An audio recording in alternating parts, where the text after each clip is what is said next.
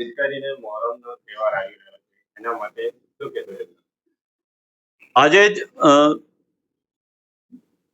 ખાસ કરીને જમાલપુર ખાડિયાના ધારાસભ્ય તરીકે રથયાત્રા રૂટ હોય, મોહરમ રૂટ હોય કે ઈદ મિલાદનો રૂટ હોય, એ તમામ રૂટ જમાલપુર વિધાનસભામાંથી જ પસાર થતા હોય છે. અને હું નસીબદાર છું કે દરેક રથયાત્રા, મોહરમ, ઈદ મિલાદ મારા વિધાનસભા વિસ્તારમાંથી પસાર થતા હોય છે. આજે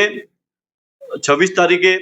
મોહરમનો જે જુલુસ નીકળવાનો છે, તાજિયાનો જુલુસ નીકળવાનો છે, તેના માટે આજે અમદાવાદ મ્યુનિસિપલ કોર્પોરેશનના તમામ deputy municipal commissioner, assistant municipal commissioner, additional city engineer, દરેક વિભાગના અધિકારીઓ,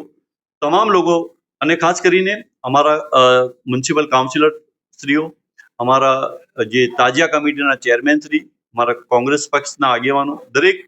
લોકો જોડે આજે અમે જમાલપુર દરવાજાથી આખા મોહરમનો જે રૂટ છે ત્યાં અમે આજે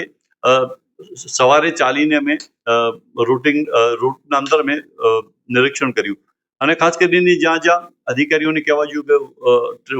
વૃક્ષોનું ટ્રીમિંગ કરાવવાનું હોય, રોડ રસ્તા રિપેરિંગ કરવાના હોય, ડ્રેનેજ પાણીની વ્યવસ્થા કરવાની હોય, મોહરમ દરમિયાનમાં જે પાણીની છબીલો લાગતી હોય તેના અંદર પાણીની ટેન્કરની વ્યવસ્થા કરવાની હોય, રાત્રે જ્યારે એક દિવસ 9મા ચાંદે જ્યારે મોહરમ રાત્રે નીકળતા હોય છે ત્યારે રાત્રે પણ લાઇટની વ્યવસ્થા કરવામાં આવે જેથી કરીને લોકો રાત્રે પણ જે મોહરમ નીકળે છે તે જોઈ શકે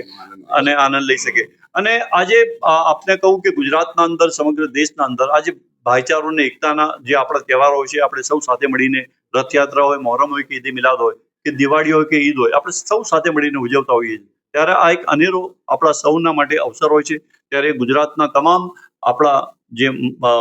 લોકો છે તેને આપણે એ જ કહીએ છીએ કે ભાઈ દેશની એકતા અને ગુજરાતની હંમેશા ભાઈચારો બની રહે તેના માટે આપણે પ્રયાસ કરીએ.